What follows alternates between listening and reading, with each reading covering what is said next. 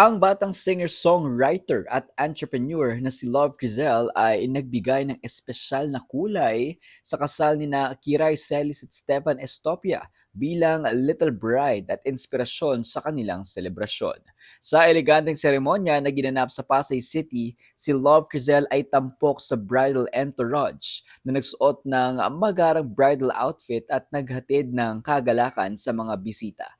Higit pa rito, hindi or siya rin ang isa sa mga pangunahing sponsors ng kasal, kabilang ang mga kontribusyon sa reception venue at styling.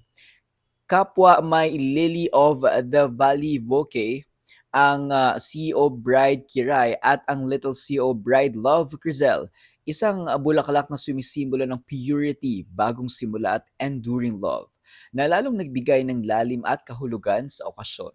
Bilang dagdag, nag-alay si Love Crizel ng kanyang orihinal na kanta na Kayong Dalawa Lang, isang love song na naging espesyal na wedding gift para kina Kiray at Stefan. Ang music video ng kanta ay tampok ang mga eksena mula sa kanilang kasal. Nagdagdag ng sentimental na aspeto sa kanilang selebrasyon at nag-viral sa social media.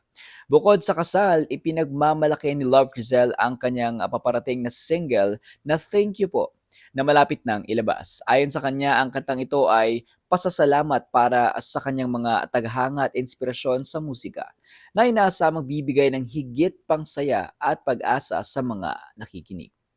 Ang kasal ni Kiray at Stefan Estopia ay isang eleganteng selebrasyon ng pag-ibig at pagkakaibigan at pinatunayan na ang kabataan, talento at suporta ng pamilya at kaibigan ay mahalaga sa bawat espesyal na sandali.